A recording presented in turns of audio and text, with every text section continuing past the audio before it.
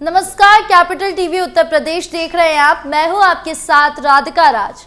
आज इस special story में बात होगी वार पलटवार की। जी हां, एक तरफ दिल्ली चुनाव में बीजेपी दुरुस्त हो गई है तो वहीं दूसरी तरफ आम आदमी पार्टी की मुश्किलें बढ़ती नजर आ रही है।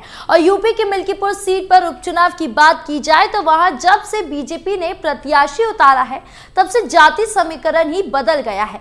तो क्या बोलता है समीकरण और क्या चल रहा है सियासत में, बताएंगे आपको विस्तार से।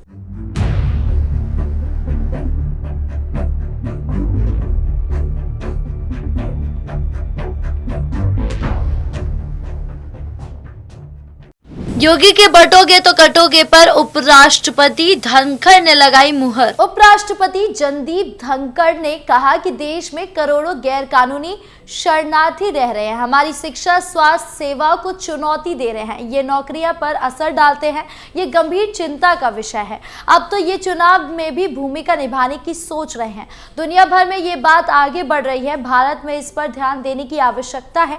इनको रोकने के लिए तुरंत कदम उठाने होंगे। बता दें कि उपराष्ट्रपति शुक्रवार को अवध शिल्प ग्राम में आयोजित यूपी के संस्थापना दिवस समारोह को संबोधित कर रहे थे। उन्होंने कहा कि कुछ ताकतें भारत की तरक्की पचा नहीं पा रहे हैं। देश की असमिता और स्थिरता के लिए हमें इनके खिलाफ सख्त कदम उठाने होंगे। कोई भारत विरोधी ताकतों के साथ काम कर रहा है तो उसे निष्क्रिय करने के लिए युवाओं को आगे आना होगा। धनखड़ ने राज्यपाल आनंदीबेन पटेल व सीएम योगी आदित्यनाथ के साथ सीएम युवा उद्यमी अभियान व उनका पोर्टल लॉन्च किया। यूपी गौरव सहित विभिन्न पुरस्कारों में मेधाओं को नवाजा।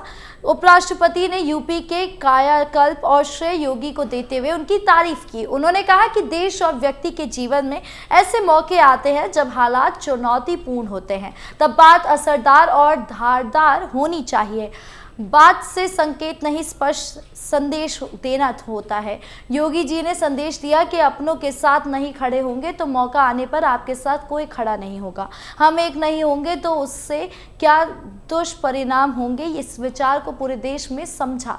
उसके बाद परिणाम भी बदले। आज यूपी राजधर्म और जन केंद्रित शासन की प्रयोगशाला बन गया है। एक समय इसकी पहचान बीमारू राज्य की थी, आज कोई इसका जिक्र भी नहीं करता क्योंकि परिवर्तन का पहिया 180 डिग्री घूम चुका है।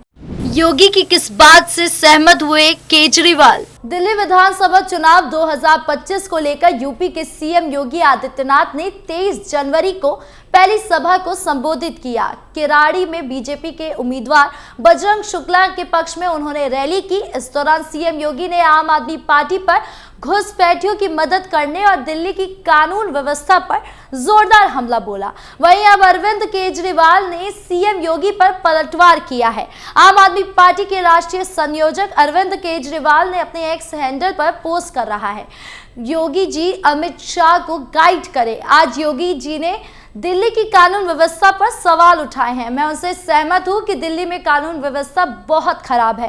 कानून व्यवस्था अमित शाह के अधीन है। दिल्ली पर 11 गैंगस्टर ने कब्जा कर रखा है। उन्हें अमित शाह को गाइड करना चाहिए कि कैसे कानून व्यवस्था को ठीक करना है। योगी आदित्यनाथ ने जनसभाओं को संबोधित करते हुए कहा कि 2020 के दंगों में आम आदमी पार्टी के पार्षदों की मिली भगत पूरी तरह से उजागर हो गई है। ये लोग राष्ट्रीय सुरक्षा के साथ खिलवाड़ कर रहे हैं, इन्हें सत्ता में आने का अधिकार नहीं है। सीएम योगी ने कहा कि दिल्ली की सड़कों में बेहतर नोएडा की सड़कें हैं। योगी आदित्यनाथ ने आम आदमी पार्टी को झूठ का एटीएम बताया और धोखा देने का आरोप लगाया। योगी ने कहा कि केजरीवाल ने अपने गुरु अन्ना हजारे को भी धोखा दिया है, वो देश और जनता को भी धोखा दे रहे हैं। सीएम योगी ने कहा कि दिल्ली में केजरीवाल से पूछना चाहता हूं कि क्या वो यमुना में अपने मंत्रियों के साथ जाकर स्नान कर सकते हैं क्या? मुझे नहीं लगता। जनता की अदालत में उन्हें माफी मिलनी चाहिए। ये राजधानी है, यहाँ एनडीएमसी के क्षेत्र को छोड़ दे तो दिल्ली में सड़क, पानी, बिजली की क्या स्थिति है? एक दशक पहले तक सुविधाओं के लिए सड़क, मेट्रो और स्वच्छता के लिए लोग दिल्ली आते थे, लेकिन आज क्या बना दिया है? सड़क में गड्ढा है या गड्ढे में सड़क है, पता ही नहीं चल रहा। सीएम योगी का मिल्कीपुर में संबोधन। मुख्यमंत्री योगी आदित्यनाथ अयोध्या के मिल्कीपुर में हैरिंगटनगंज ब्लॉक में जनसभा को संबोधित कर रहे थे। सीएम योगी जैसे ही मंच पर पहुंचे, जय श्री राम के नारे लगे। मुख्यमंत्री ने अपने भाषण का प्रारंभ महाकुंभ का जिक्र कर लिया। कहा कि हम सभी को सौभाग्यशाली है कि ये महाकुंभ 144 साल बाद हो रहा है। 2 दिन पहले यूपी सरकार की पूरी कैबिनेट और मैंने खुद महाकुंभ में स्नान का सौभाग्य प्राप्त किया।